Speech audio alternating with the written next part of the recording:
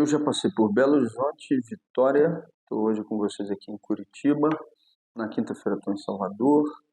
No dia seguinte vou estar em Aracaju e vou percorrer os 26 estados brasileiros mais o Distrito Federal em atos de solidariedade, fazendo a minha defesa, apresentando os argumentos, mostrando o que está acontecendo.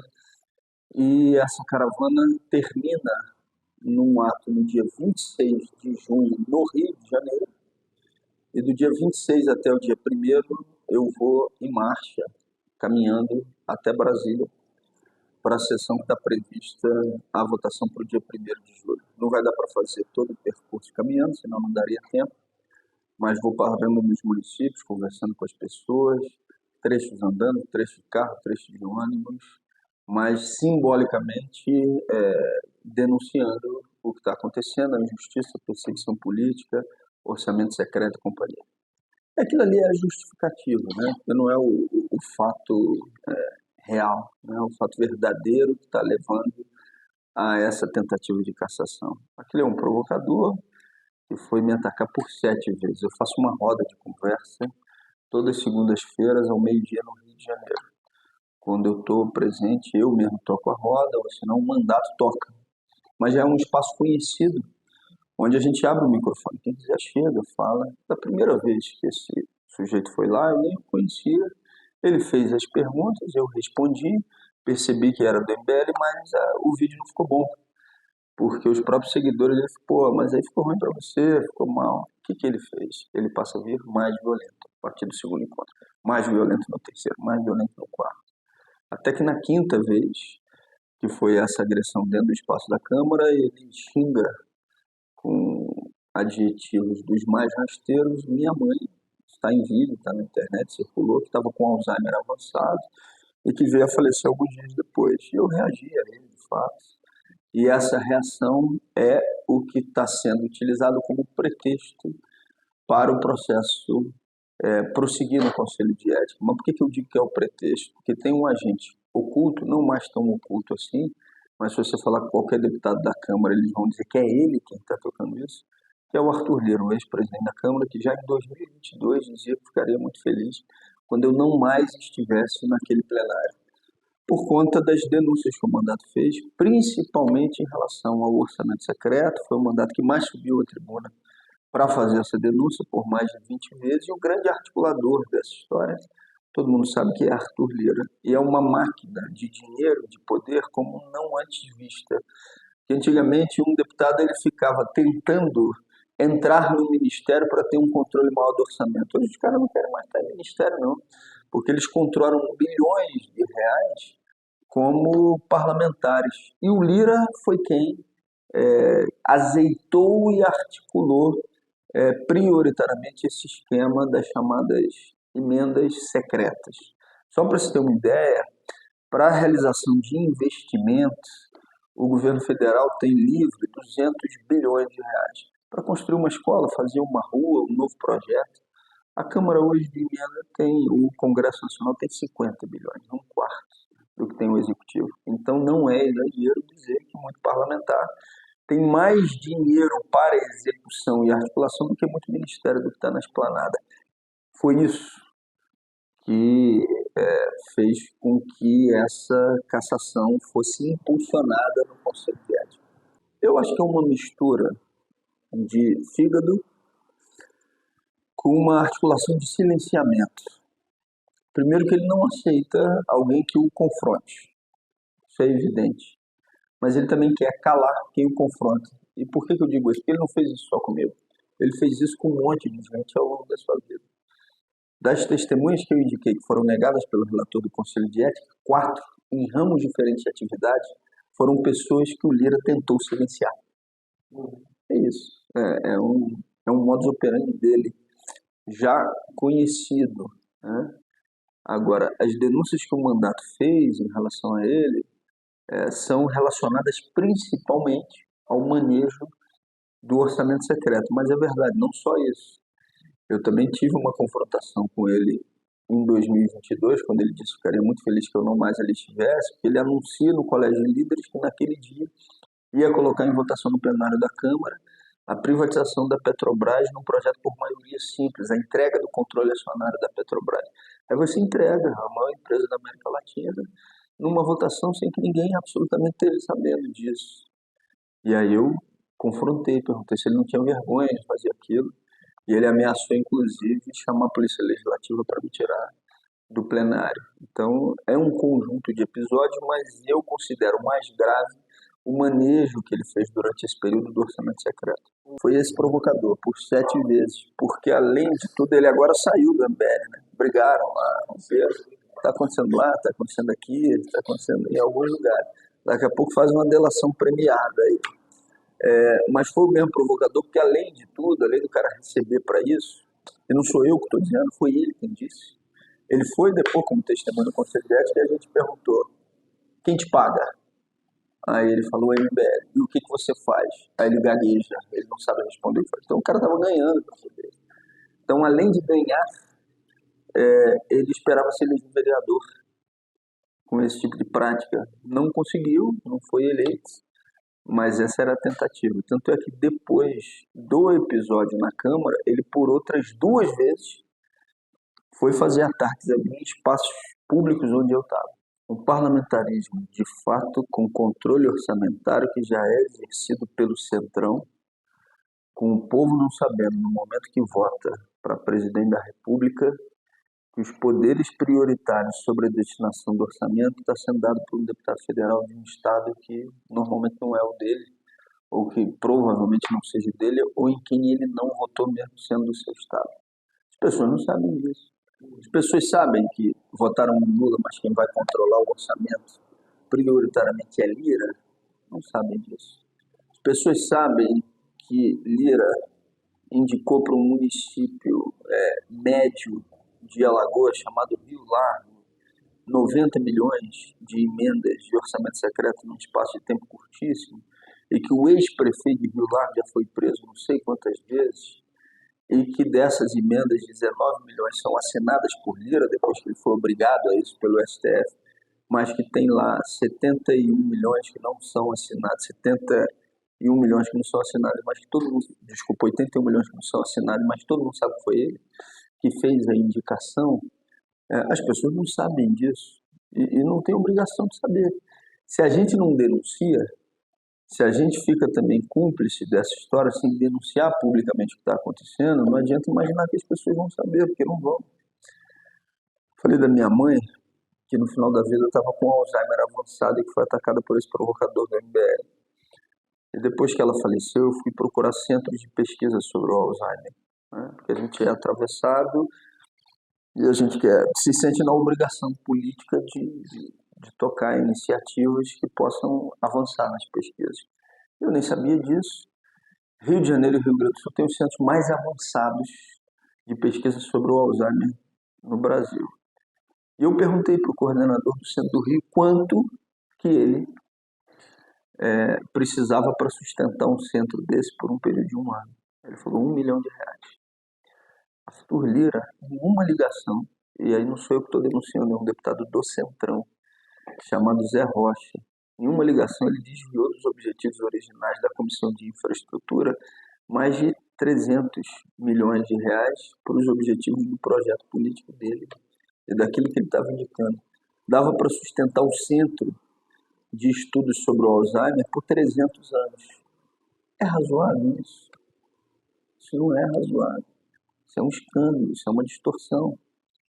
É razoável que o Flávio Dino tenha suspenso, ele está certo de fazer, mas é razoável que exista uma lista de 4 bilhões de reais, e é só uma lista, só uma, e que ele suspendeu no final do ano passado para pagamento, e vocês vão adivinhar qual é o estado de todos os brasileiros que tinha mais recurso do orçamento secreto indicado naquela lista? Alagoas de novo. É razoável que nessa lista de Alagoas, qual foi o município mais contemplado? Rio Largo, de novo. De novo. E aí nós vamos ver de onde sai essa emenda de Rio Largo, da Comissão de Turismo. Aí nós fomos procurar para ver quantos deputados de Alagoas tinha na Comissão de Turismo para propor uma emenda para Alagoas. Nenhum. Mais escandaloso que isso, fica difícil. Mas dá para ficar. Porque lá em Rio Lar, começou uma investigação da Polícia Federal chamada Beco da Pecúnia, onde ia recursos do orçamento secreto, empresas iam e sacavam com mais de 200 saques na boca do caixa o dinheiro do orçamento secreto. Pegavam e entregavam num beco, isso está filmado. Entregavam num beco para o carro do prefeito, e aí ia levar para o prefeito lá na prefeitura. Eu hoje sou testemunha de um inquérito que está correndo na Polícia Federal sobre isso, sobre o que eu vi dentro da Câmara dos Deputados das manobras feitas por Arthur Lira em relação ao orçamento secreto, como, por exemplo, cancelar sessões de comissões para que deputados não pudessem deliberar e discutir o assunto, né? Então, é isso que pega, é isso que está fazendo com que eles queiram estar me calando. Porque me calando, para além da questão do fígado, e que pode ter se tornado uma questão pessoal para ele, eles estão dando um recado para outros, né? Estão dizendo, ó, se vierem para cá, esse vai ser o resultado. Você até falou na entrevista que tentou uma aproximação, fazer os eleições, tentar fazer uma suposição, ele não conseguiu, né? Logo depois, ele entrou, através do PL, com um processo contra mim no Conselho de Ética em 2022, mas era o período da campanha eleitoral. A avaliação que a gente fazia no mandato se a gente perde a eleição, ele vai caçar para dar uma inelegibilidade de 8 anos. Mas se vence, fica difícil caçar quem acabou de sair legitimado pelas urnas. E foi o que aconteceu. Eu quase dobrei a votação e continuei fazendo denúncias e enfrentamentos a ele. E aí ele tomou o microfone no plenário, ele vira e diz o seguinte: deputado Glauber, eu gostaria que o senhor fosse no meu gabinete para conversar comigo. Eu não fui, mas a liderança do pessoal participa da reunião do Colégio de Líderes para definição de pauta, estava lá, e ele falou, Glauber vai continuar com isso? Não, mas ele está exercendo o papel dele como deputado, e você queria caçar ele. Aí a resposta dele foi, mas já não se reelegeu bem. Ou seja, era uma demonstração de vamos parar com isso, né? Teve um outro episódio, você vê onde ele pode chegar. Para mim é mais grave do que a tentativa de cassação que ele está tocando comigo agora. A minha companheira Sâmia, ela é deputada federal por São Paulo. E Sâmia, nós e ela, principalmente, meu sogro, minha sogra, minha cunhada, passaram pelo momento mais terrível da vida, que foi o assassinato do meu cunhado. E aí, com o inquérito aberto, houve uma orientação para a manutenção da escolta de Sâmia, né, que era feita pela Polícia Legislativa. Ela vai, então, ao Lira, que era o presidente da Câmara, que tinha que autorizar isso, e ele diz, pode contar, nem se preocupe. Ela vira para ele e fala assim, é chato andar com escolta, né, eu ando também e tal.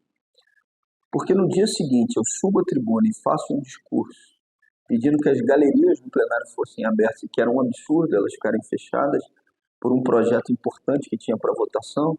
Sabe o que ele fez? Ele foi e cortou a escolta de Sâmia.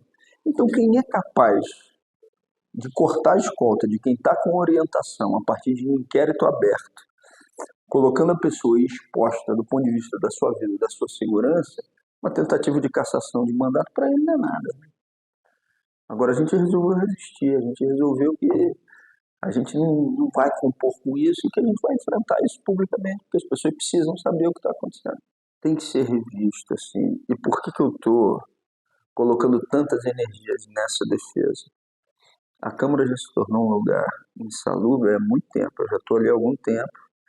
E para a saúde mental das pessoas que querem agir corretamente ali, evidentemente aquilo passou a ser um castigo ou uma tarefa, né? Uma tarefa militante que você se impõe. Agora, e as pessoas já não aguentam mais aquela coisa de na boca dos políticos que não é individual, é um projeto coletivo e tal. Mas nesse caso, é projeto coletivo mesmo. E, assim, eu tenho a consciência de que se eu for caçado, no plano federal, onde você tem tantos holofotes, todo mundo passa a acompanhar o que está acontecendo, o que não vai acontecer no município do interior do Brasil, onde você tem uma Câmara majoritariamente de direita e um vereador ligado aos movimentos sociais ou que faça alguma denúncia? É como se você estivesse dando uma autorização nacional para uma escalada de cassações nos municípios. Então, resistir ao que está acontecendo nacionalmente é uma forma também de fazer uma defesa a quem, inclusive, eu nem conheço, mas que exerce um mandato combativo nas mais variadas regiões do Brasil. Isso não pode continuar, não pode ser desse jeito. Agora tem que parar em cima, porque se libera em cima, facilita essa perseguição nas mais variadas regiões. Eu recebo diariamente, professor Ângelo está sofrendo aqui em Curitiba pela segunda vez, né? Você citou, o Renato está sofrendo, mas eu recebo semanalmente depoimento de vereadores que estão sofrendo algum tipo de processo de cassação por manterem firmes suas posições à esquerda. Por que nós vamos parar com isso? Isso é um ferimento evidente às liberdades democráticas. Olha, tem que ampliar a pressão popular, tem que ampliar a denúncia pública sobre isso, senão não muda. Por quê? Porque o próprio Legislativo votou um novo regramento, mas nesse regramento manteve a indicação da emenda de comissão por líder partidário, substituindo o real indicante da emenda. Agora eu pergunto para você, se um deputado indica uma emenda para o município e ele vai ganhar o bônus político de ter indicado aquela verba, por que ele não quer aparecer? Por quê? Se não quer aparecer, é porque a empresa que vai executar na ponta aquela emenda é uma empresa ou dele, ou de algum parente dele, ou de algum assessor dele, e isso se tornaria um escândalo, porque senão ele ia querer ter o bônus político de indicar aquela emenda. Eu espero que um dia não exista emenda parlamentar mais, né? Eu espero que um dia o conjunto do orçamento público seja definido de maneira popular, participativa, com acompanhamento do povo. Enquanto isso não acontece, a gente toca no mandato, por exemplo, com todas as emendas individuais e emendas participativas. Plenárias públicas, as pessoas vão, a gente fala o que está acontecendo, denuncia o orçamento secreto, fala da luta estrutural em defesa do orçamento da saúde e da educação e discute a emenda onde as pessoas apresentam as ideias, votam e formam comitês de acompanhamento para verificar se o recurso está sendo utilizado da maneira devida. É o que a gente chama do nosso ensaio de poder popular, né? Agora, isso resolve? Não, porque é muito restrito. Serve de exemplo, mas é muito restrito. Mas é um exemplo do que poderia ser feito com o conjunto do orçamento, que dizem normalmente, se não dá certo, não dá certo. E a gente está procurando demonstrar isso. Agora, uma alteração da regra, pelo menos para dar transparência à origem da emenda, o Congresso Nacional já teve a oportunidade de fazer várias vezes, inclusive com a incidência do ministro Flávio Dino, ele não fez, né? Então, tem uma decisão judicial, inclusive, que está tramitando em relação a isso, nesse exato momento.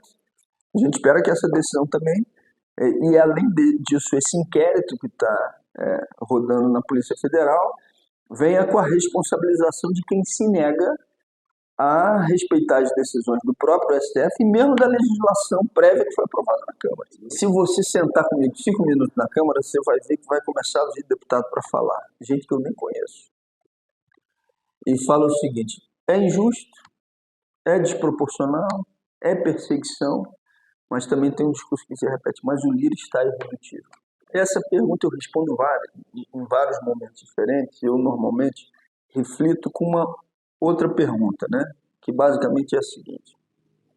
Se imagine na situação onde você está com a sua mãe com Alzheimer avançado, que você está cuidando disso na sua família, que você sentiu profundamente isso e que de maneira repetitiva, porque ele não foi o único a fazer isso não, quadros de deputados da extrema-direita se utilizam disso para poder te desestabilizar e te atacar. Até que um provocador pago, por 7 vezes faz isso, e na quinta ele utiliza a mesma tática de desestabilização de provocadores anteriores, inclusive parlamentares da extrema-direita. Combinado com isso, eu perguntei ao provocador se ele se arrependia daquilo que ele tinha feito e se ele queria pedir desculpas. E ele diz no Conselho de Ética que não. Se o provocador que faz isso diz não se arrepender, eu não posso ser hipócrita de dizer que me arrependo.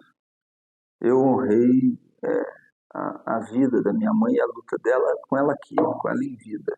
Eu fico perguntando como é que eu não me sentiria se não tivesse feito isso com ela em vida ainda, ou se tivesse me acovardado naquele momento. Acho que você pode discutir de que jeito, né? Como é que você vai reagir, se essa foi a melhor forma. Eu respeito todas as avaliações que acham, não, tinha que ter esperado a Polícia Legislativa chamar. Agora, dar um basta a esse tipo de ação, isso tem que ter um basta. Como eu fiz na Comissão de Constituição e Justiça, com um método diferente agora, algumas semanas, que citei deputado por deputado que fez esse mesmo ataque à minha mãe, porque viram que gerava uma desestabilização em mim, e perguntei se eles queriam se manifestar sobre isso. E eles ficaram calados. Agora, essa pergunta me leva a ter que falar de uma outra coisa que aconteceu no passado. Mas como é que chegou essa provocação na sua mãe? Da onde saiu isso? Uma história rápida. Quando eu chamei o Moro de juiz ladrão na Comissão de Constituição e Justiça, eu entendi o que era o gabinete do ódio.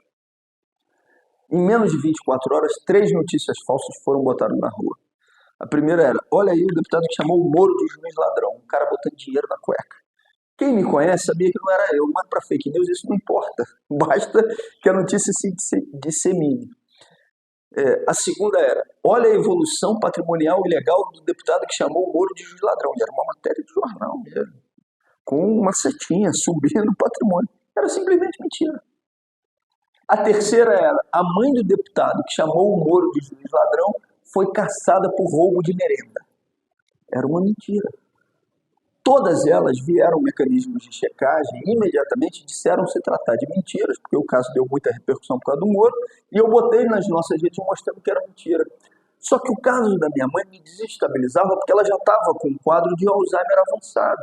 E eu, inclusive, dizia em casa para minha irmã, eu vou acabar perdendo a cabeça com um deputado desse que fica fazendo isso. Entendendo que me desestabilizava emocionalmente, porque eles percebiam a minha reação, porque eu me sentia na obrigação moral de fazer a defesa da minha mãe, eles começaram a repetir. Então, quando esse provocador do MBL vem, já é um contínuo repetido de provocações desse mesmo jeito. Então, eu não posso recuar e falar em arrependimento quando os meus perseguidores não se arrependem de terem feito o que fizeram. Publicamente, inclusive um dos deputados, chamado Éder Mauro, que é do Pará, ele diz que se orgulha de dizer que é matador, depois da votação, no Conselho de Ética, com a recomendação da minha cassação, ele botou mais uma vez um vídeo com minha mãe já falecida, repetindo esse mesmo ataque da extrema-direita da fake news que eles lançaram no passado. E lá na Comissão de Constituição e Justiça, eu perguntei a ele se ele não queria pedir perdão publicamente por aquilo que tinha feito. E ele ficou na dele. Deu um soco, um tapa num sindicalista dentro da Câmara. Um dia desse me fizeram uma pergunta parecida. Qual é o meu percentual de chance de conseguir vencer no plenário? E eu respondi com seriedade, não sei. Eu não consigo cravar um percentual. O que eu consigo dizer é que com quem a gente está brigando tem muito poder. E um poder já conhecido. Mas eu acredito que o que tem que ser tem força. Eu acredito na solidariedade das pessoas. Eu não tenho grana e não tenho esse poder político. E se tivesse, eu não usaria para isso. O que eu tenho? Eu tenho a minha palavra. Tenho a minha capacidade de falar, como estou fazendo aqui com você. E tenho a solidariedade das pessoas. Eu não tenho dúvida que a gente já venceu essa batalha do ponto de vista social. Nas próprias redes, quem é que está contra a gente? Militante organizado, do MBL ou da extrema-direita. Fora isso, as pessoas estão do nosso lado. Inclusive gente que não pensa como eu. Inclusive veículos de comunicação que têm outra linha editorial que não é de esquerda. Né? Nós vencemos essa batalha do ponto de vista social. Então, eu não tenho como cravar um percentual de possibilidade de salvação no plenário, mas eu posso dizer que eu estou 100% determinado a levar essa história até o fim, com todas as forças, sem recuar e fazendo a defesa do mandato, porque eu sei que não se trata de uma defesa pessoal. Nesse caso, é de fato uma defesa coletiva que tem repercussão para muita gente, e eu poderia, sem exagerar, dizer que tem repercussão na esquerda brasileira, consequentemente para milhões de pessoas, se eles conseguem aprovar uma cassação nesses termos, utilizando o poder da grana e o poder político de perseguição que alguns têm. Eu acredito no poder do povo, Eu acredito nessa solidariedade que fez com que a gente conseguisse arrancar mais, pelo menos 2 meses para a realização da defesa, nessa solidariedade que está partindo das mais variadas regiões. Uma outra pergunta que me fizeram um dia desse foi: e aí, mas quando as luzes se apagaram dentro da sala do Conselho de Ética que você acampou lá e entrou em greve de fome, que você estava sozinho, como é que você se sentiu? E a minha resposta foi: eu nunca estive sozinho. E eu não estou falando nem só do ponto de vista simbólico, não.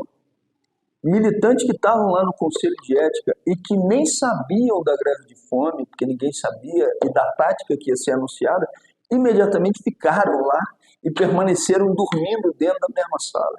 Em todas as reuniões do Conselho de Ética, que não foram poucas, foram várias, porque esse processo durou mais de um ano, todas elas tinha gente lá com a sua bandeira, com o seu cartaz, fazendo a denúncia política do que estava acontecendo. Enquanto aqueles que entraram com a representação contra mim, que foi o Partido Novo, não foi a uma sessão das dezenas que lá aconteceram. Então eu sou muito grato a isso tudo, e assim, eu tenho a obrigação política de manter a firmeza até o final desse processo e com a esperança de que a gente vai reverter. E não é uma esperança com uma ilusão com a institucionalidade, é a esperança de que a gente precisa reverter isso num processo de mobilização que seja mais amplo do que aquilo que já está conformado como projeto de poder dentro do espaço do próprio Congresso. Eu quero manter o mandato, mas prioritariamente nós estamos militando para mudar a política, né?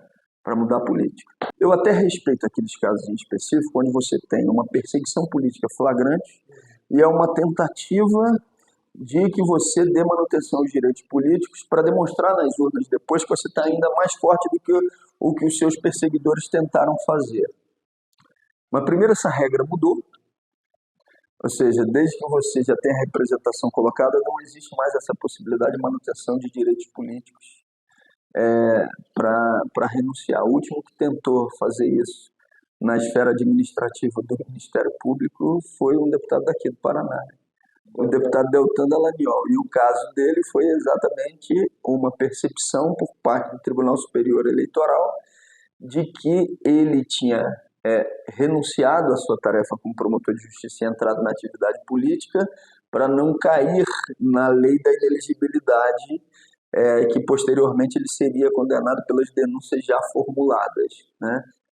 Então eu vou até o fim, evidentemente, porque eu tenho certeza daquilo que a gente está fazendo, diferente do Deltan. Em momento nenhum eu fugi das minhas responsabilidades, ou eu disse, eu não fiz. Não, eu falo abertamente o que eu fiz, onde é que pode ter discordância das pessoas da forma da minha reação, quais são os meus defeitos, quais são as minhas limitações. Eu procurei fazer um processo completamente aberto dessa história, né? Diferente daqueles que tentam um acordo de bastidores, como alguns desses que tentam salvar os seus mandatos fizeram. Eu estou fazendo um debate de peito aberto, em público, né? Estou correndo o Brasil, estou ficando longe do meu filho. Greve de fome, por exemplo, eu disse que não faria de jeito nenhum. Tem um conselho político do mandato que reúne 10 partidos, organizações e movimentos, a gente se reúne toda sexta-feira. E uma companheira querida nossa que está até aqui, inclusive, não incentivando a fazer greve de fome, mas citando o caso de greve de fome, citou isso no conselho. Eu falei, greve de fome eu não faço. Eu tenho meu filho e eu me conheço. Se não tiver recuo do outro lado, eu não vou sair. E na primeira meia hora daquela sessão que durou 6 horas no Conselho de Ética, eu já não tirava mais isso da cabeça de que era o que tinha que ser feito, né? E fiz. Então, assim, estou me entregando ao máximo a essa história no sentido da luta política. O mais fácil era eu ter feito um acordo desde o início. Era mole. Eu pegava, saía dali e falava, Lira, vamos parar com isso, besteira, não vou mais tratar disso. Não, deixa, desculpa aí e tal, não sei o quê. Eu fui pressionado, eu sofri as mais duras pressões para pedir desculpas. Publicamente, porque se eu pedisse desculpas, iam tirar o processo. Falei, não vou, me nego a fazer. Então, se a luta fosse simplesmente de salvação do mandato, isso já estava resolvido lá atrás. É uma luta que vai para além disso. Estou com a esperança de que a gente vai virar, mas militante eu vou ser para o resto da vida. Articulações não só nacionais, né? Ou seja, mas articulações internacionais de impulsionamento. Conversando com gente que entende muito, né? Como é que é possível isso? E aí eles dão as explicações, né? De como é que você consegue pautar nacionalmente a partir de uma estruturação que não está nem aqui no território nacional. É difícil. Eu acho que a gente avançou como esquerda porque hoje você tem um conjunto de canais e conteúdo que você não tinha há alguns anos para fazer discussão livre, para disseminar as nossas ideias, até para fazer formação política mesmo, né? Isso é algo novo. Agora, nós temos que ter uma discussão de maneira mais profunda sobre o que é soberania tecnológica, né? Como é que a gente não fica completamente dependente do setor privado que muitas vezes tem interesse direto numa posição política no nosso país, mas que não é criada essa posição política aqui dentro, é criada em outro lugar para fazer mais uma etapa de expoliação dentro do território nacional. Antigamente, Eduardo Galeano escreveu, né, as veias abertas da América Latina, falando das etapas de expoliação dos países. A etapa de expoliação agora ela começa a partir de outros instrumentos, né? Ou seja, defendendo socialmente a partir do domínio da rede uma posição política e favorecendo aos seus representantes. Não é uma questão exclusivamente de dominar a técnica, é de ter o poder do que vai e do que não vai ser disseminado em escala. Temos que nos aprofundar muito nisso, vale um seminário inteiro para a gente discutir a estratégia da esquerda, e não só da esquerda como pensamento político, mas de quem defende, de fato, uma posição soberana de decisão do Brasil nessa articulação, nessa inserção dentro da América Latina. O Tarcísio tenta fazer um movimento, em determinados momentos, para alcançar setores ditos liberais, né, da chamada velha direita. Incorpora, inclusive, no governo dele esses setores para dar um ar de palatável, né, quando exerce uma política que é de destruição e de orientação fascista no estado de São Paulo. Eu não estou falando só da segurança. Quando ele, por exemplo, privatizou a AVE, dá aquelas marteladas daquele jeito, né? É porque simbolicamente ele está tentando dizer, ele está tentando dialogar com os dois setores ao mesmo tempo. Ele está dialogando com a extrema-direita mais fascistizada, porque aquilo é o símbolo de uma movimentação de força, mas ele está chamando a atenção também para os setores privados que têm interesse na privatização da água e daquilo que ainda não foi privatizado no Brasil. Olha como é que eu faço isso com vontade. E ele acha que isso gabarita ele para outros postos, como o posto de presidente da República. Então ele, sem dúvida, é um candidato desse setor, mas tem outros, né? Ou seja, tem os filhos do ex-presidente da República, que eles também podem tentar alçar, tem brigas ali entre eles mesmo, né? Então, não tenho dúvida que a gente vai ter mais uma vez uma eleição onde você vai ter 30% de antemão com essas forças da direita mais dura e da extrema-direita, 30% com forças populares e de esquerda, e uma disputa ali no meio do caminho de 30% a 40% de para onde vão essa posição, né? Política para ser majoritária. Por isso, tão importante você ter uma política econômica que garanta comida na mesa do povo, ampliação de direitos materiais. O povo tem que olhar e tem que dizer o seguinte: agora está muito melhor do que estava no período Bolsonaro, porque é isso que vai fazer com que ele possa se livrar de um candidato com as mesmas características de Bolsonaro. De maneira organizada, como está sendo feito no mundo, não, há alguns anos eu não vislumbrava isso, nem via isso, né? Tem uma movimentação que está acontecendo mundialmente. Hoje no mundo já não não é mais uma questão ou uma dúvida se você tem uma extrema-direita que se fortaleceu. Isso é um fato. Não dá para tapar o sol com a peneira. Tem uma extrema-direita que se fortaleceu no mundo.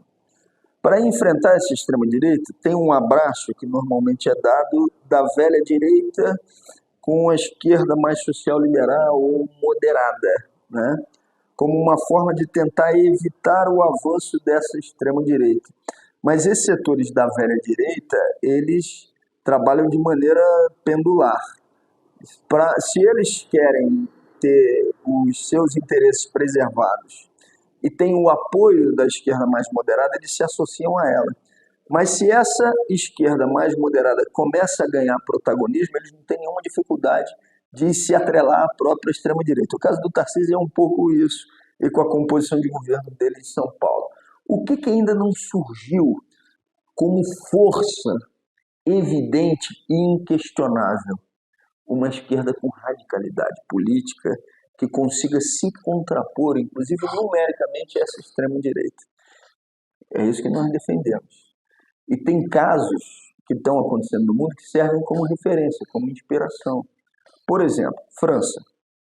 Lá na França você teve uma eleição do Parlamento Europeu onde a extrema-direita deu um banho, elegeu o maior número de cadeiras. Todo mundo dizia, isso vai se repetir agora nas eleições francesas, para definição presidente e primeiro-ministro. Macron, que é um quadro evidente da velha direita, ligado ao sistema financeiro, o que ele faz? Ele faz uma movimentação para antecipar as eleições, porque ele diz, num cenário como esse, todo mundo vai se reunir em torno de mim e a gente vai conseguir eleger mais um quadro da velha direita, ou dos liberais, seja lá como se queira chamar. Só que a França insubmissa, né, vem com uma posição política que é se unir contra a extrema-direita, sim, mas nós temos que botar o dedo na ferida do que foi a sua política, Macron, de retirada de direitos previdenciários, sucateamento de direitos sociais. E aí qual é a surpresa da eleição? A surpresa é que essa esquerda da França insubmissa elege o maior número de parlamentares. Aí o que o Macron faz? Ao invés de apoiar para que eles pudessem indicar o primeiro-ministro, ele diz, não, isso eu não aceito, né? Então essa velha direita, se fosse para eleger algum deles, eles queriam o apoio da esquerda. Agora, para eleger alguém da esquerda, eles não aceitam apoiar. Preferem até, no final das contas, alguém com mais relações com a extrema-direita.